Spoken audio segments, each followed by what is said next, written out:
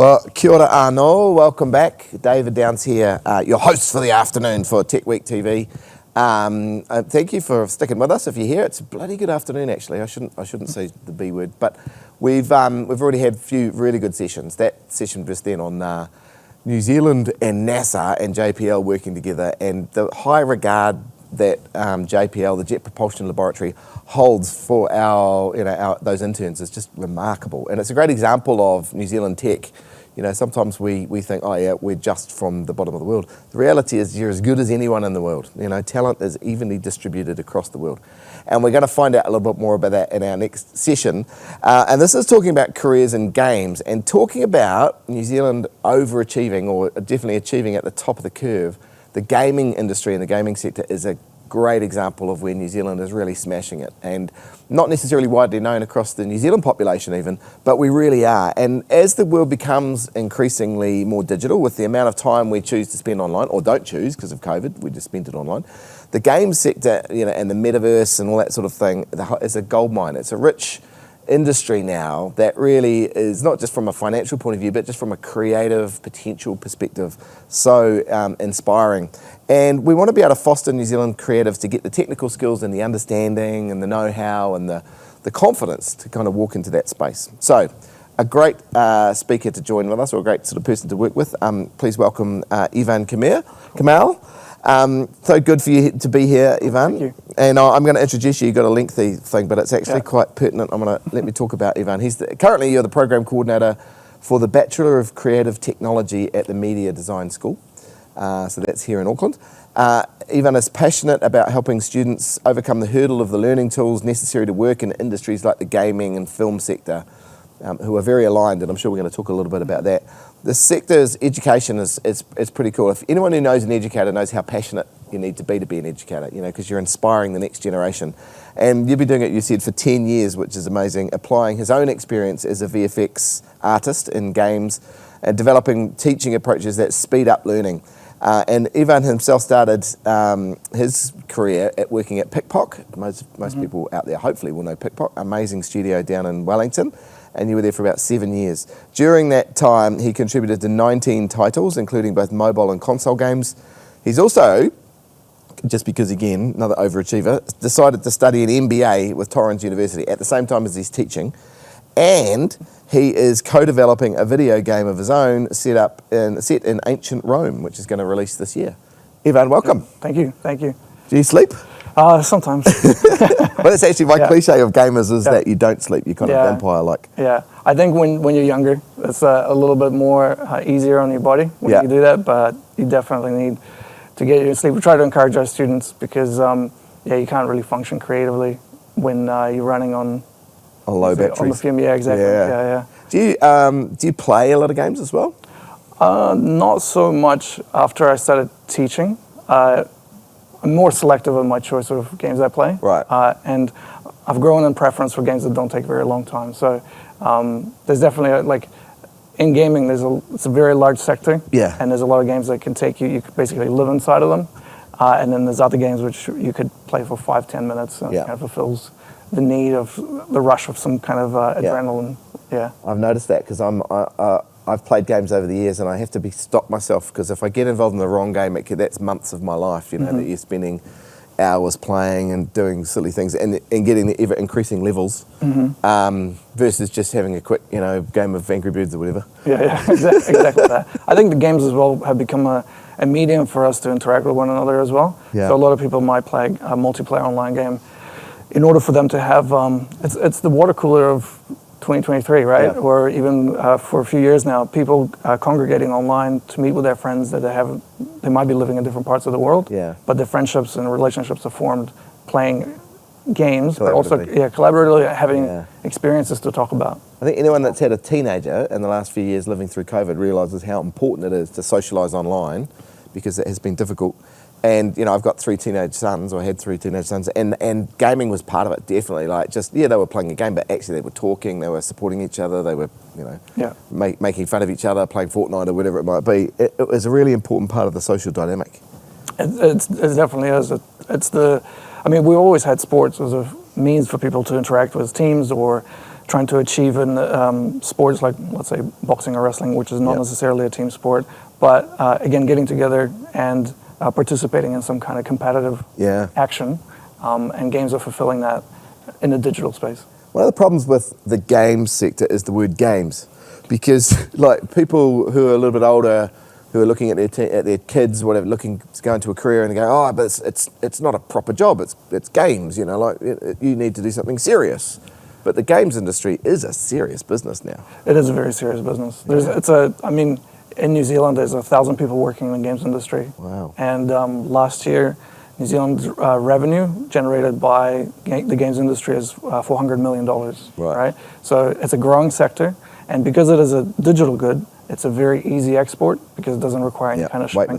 If you make an amazing product, you upload it, and then people participate in your product versus somebody else's game. Yeah. Low carbon footprint as well. Yeah, very entertaining. Yeah. So you've worked tell us about your background working in first of all, when you worked in the sector yourself in the studios. So I've been, ever since I'm originally from Ukraine, ever since I moved to New Zealand, I've been fascinated with like wanting to draw comics and art, come from a very creative family. Yep. And at some point I decided that I'm going to study 3D and potentially work in film or games. I had the opportunity of studying under two really amazing teachers, Kylie Hignett and Fabiano Petroni.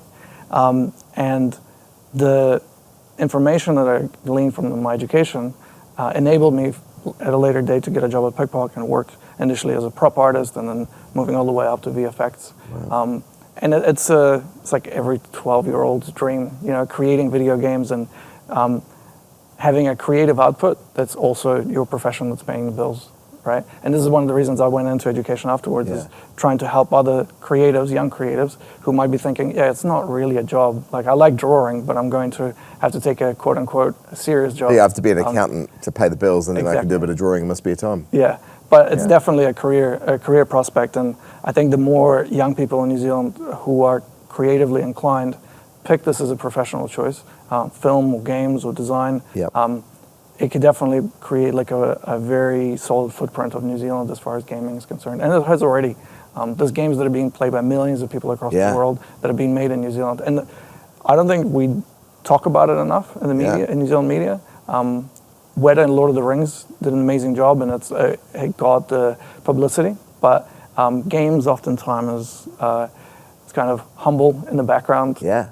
Successful. As you say, I mean, I'm lucky I get to see some of these businesses, and you've got games that, like you say, hundreds of millions of people playing Path of Exile or Flesh and Blood or whatever, and you've just got, and then that's in the video game sector, and then you've got these sort of more immersive things going on, and it's just incredible. And I love this stat. I'm going to get it wrong, so you can correct me, but that 400 million that New Zealand makes in the game sector and the 1,000 people is bigger than Australia. Not pro rata bigger than Australia, bigger than Australia. Yeah, they have more people working in the games industry there, and they haven't generated as much revenue from the games that they create. So we're much more productive. Yeah. That's the one area where New Zealand's productivity is going well. But we've got to protect it, I think, you know, without getting political here. But the game sector is one of those ones where we really have to think about what's our talent attraction pipeline for the future, because we want to make sure that we keep incredibly talented, creative people here, which brings us to the Media Design School and the work that you do there. Yeah, so at Media Design School we have 2 degrees that focus on games, software engineering and creative technologies. Creative technologies focuses on building the skills necessary to work in games for artists, and then software engineering with the skew towards games helps them develop the skills to become a software engineer, but also specifically for gaming. And then those 2 disciplines working together, I think, is what gives Media Design School the special flavor. And I think a lot of the students that get hired from our school is because they develop the soft skills. The 2 disciplines are very different. One's very analytical, the other one's quite creative, even though both of them have a little bit of the other. Yeah, exactly. They overlap. Yeah. But you can't just sort of think, oh yeah, I like playing a bit of games at night, I can probably do that and just rock up. You probably have to have some basis of technology, is it, or of mathematics? Or if you want to be a programmer, you have to have some kind of background in mathematics, or at least appreciate it. Yeah. Does it mean you could make games without having a mathematical background? Absolutely, right? If you don't have any background in art, could you become a great artist? Potentially, but it's going to be a much harder track for anybody who hasn't done much drawing or 3D modeling or anything else. Yeah. And you know, tell us about the profile of the kinds of people that are coming to Media Design School. Where do they? What walks of life are they coming from? All sorts, but the thing that combines them is they love gaming, and they've been developing their skills in that particular direction, right? So similar to kids playing rugby, because at some point they might want to end up playing professionally. Yeah. These kids have been developing, or young people have been developing their skills because they want to be an illustrator, and they're like, the prospects for a career in games is much larger than being an illustrator, which is going to be more freelance work, right? Yeah. So this is full-time work, it pays well, and if you're at the top of the game in, let's say, in art or programming, the salaries are comparable with some of the other quote-unquote serious professions. Yeah, which I love. And this didn't used to be the guy. I mean, I'm 52, and I remember, to your point about, like, there are some kids who play rugby at school and they be going to a rugby career. There's a kid at my class, right, 1980, whatever it would have been, mid-80s, Christian his name was, and he used to sit at lunchtime and draw drawings, these amazing, fantastical dragons and whatever. And he thought, and we all thought definitely, that he was just wasting his time. It was cool and he was talented. And he went on to become one of the art directors on Lord of the Rings, you know? And I was so proud when I saw his name come up on the screen, because I go, that was the kid at lunchtime that sat drawing in the corner of the library. Everyone else was doing other stuff. But back then it was fanciful to think it was really a career. And nowadays, actually, it's seriously a career. There's pathways for this. Absolutely, yeah. And again, it's every single drawing, every single sketch, it's building up hand-eye coordination. Yeah. It's also building up the ability to creatively express what's happening in your head on the page, on the screen, and then hopefully eventually in the video game or film. Yeah. Yeah. Now, when you think about what you're doing at the school, because you said you've been there 10 years now, so you've seen a lot of people come through. What are the jobs they are going into? What's the cool stuff? So usually for video game art, it's usually environment artist. If you kind of think of a video game, most of the game is going to comprise of multiple levels that you need to traverse and very few characters. So going into a character position, everyone's passionate. What do you mean a character? Like you own the character in the game? Well, like the character that you play with in the game, that responsibility, because they're going to feature on the screen for a very long time, that responsibility hardly ever goes to a junior. Right. So usually the first entry into a games job for an artist might be an environment artist, maybe doing UI, maybe doing VFX, okay. And then eventually they might go into character. You work your way through the background from the background layer to the cutscenes to the actual action. You start with rocks, trees, and then move your way. What do you do for a living? I draw rocks. Yeah. And then for programmers, again, starting out with more lower level tasks and bug fixing, and then eventually because there is a certain degree of trust that the company needs to have before they hand their multi-million-dollar projects into your hand in order to try to add new features. So do you think about it from a software point of view? I'm a software developer by background. Games are amazing because the day they are released, they are played by millions of people. It's not like you don't have the slow burn. They are like Hollywood movies. They come out and they go. So those things better be rock solid. Well, hopefully, right? I mean, if the project is scoped correctly, and I'm sure there's plenty of stories of when projects have gone, weren't necessarily scoped for variety. Some projects released during COVID lockdowns across the world that didn't necessarily hit the bar. Yeah, didn't hit the bar that they wanted to, but that's part of it. The other thing as well, it's a lot of video games. It's an ongoing product, it's a service. So. Sometimes, I mean, it's almost a meme where sometimes games get patched, day one patch. But That's right. I think one of the reasons the programmers from games are unique as well is because there's a really good feedback mechanism as to see whether your code is good. Yeah. Because it doesn't necessarily just need to be good code, it needs to be efficient. And the frame rate is the feedback mechanism. Yeah. So if it lags, you're like, I know it's functional, but we need to go back and make sure that it actually works. This is where you say with sort of the algorithmic, mathematics sometimes, etc. Yeah, frame rate's massive, eh? Like, I remember when I was playing my games back in the day, you'd put the little frame rate thing on, it would say 20, 22. Yeah, that was really good kit. Exactly. Now you're talking, hundreds. And artists as well. So one of the things that we stress at Media Design School is that yes, you might have a propensity towards creative ability. You can draw, you can 3D model. But for video games, it's not just about creating, let's say, this table right here, exactly photorealistically the way it is in the real world, but make sure that the amount of polygons and the textures and the materials used will run efficiently on the device that you're developing it for. So the artist needs to be a certain degree of technical understanding. Just to understand. Yeah, and then the programmers as well need to know that it needs to run on the device, so it needs to be done well. It's all about the polygons. Exactly. What do you reckon is going to happen because of AI in gaming? Do we foresee a time where the game studio will just design an environment and then the AI will just do all the work? I don't know. The reason I say I don't know is that if you asked me 2 years ago that we would have AI algorithms generating art that they're generating now, I probably would have said, no, maybe give it 10, 20 years. Yeah.